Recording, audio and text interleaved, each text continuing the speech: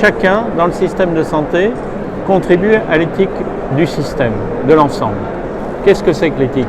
C'est une morale, c'est une attitude, c'est un état d'esprit, c'est un questionnement, c'est de se dire qu'on n'a pas des certitudes, c'est de se dire qu'on doit agir dans la bienveillance, le primum non nocere dans le soin, qui est une des dimensions de l'éthique dans le soin, on doit l'appliquer dans les autres dimensions et notamment dans celle du management. Il est clair qu'aujourd'hui l'hôpital, il est dans une situation de crise, il est dans une situation de tension.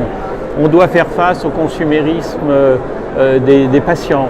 On doit faire face aussi à des situations de violence qui parfois mettent en face à face les soignants et les usagers. Donc dans toutes ces transformations du système, dans toutes ces mises en tension, il faut veiller à ce que les mises en tension, elles soient toujours justes. Par exemple, la bonne dépense, privilégier la bonne dépense, ça ne veut pas dire serrer les boulons pour serrer les boulons. Ça ne veut pas dire aussi, par exemple, encourager l'activité, ça ne veut pas dire produire pour produire.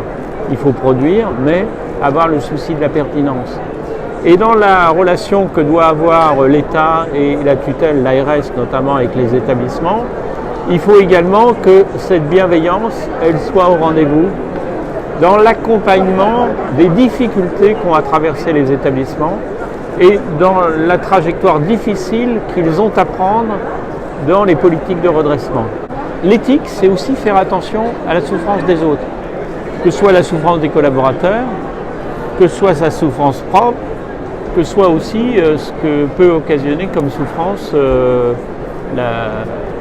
le système qui est au-dessus de vous et dont vous dépendez.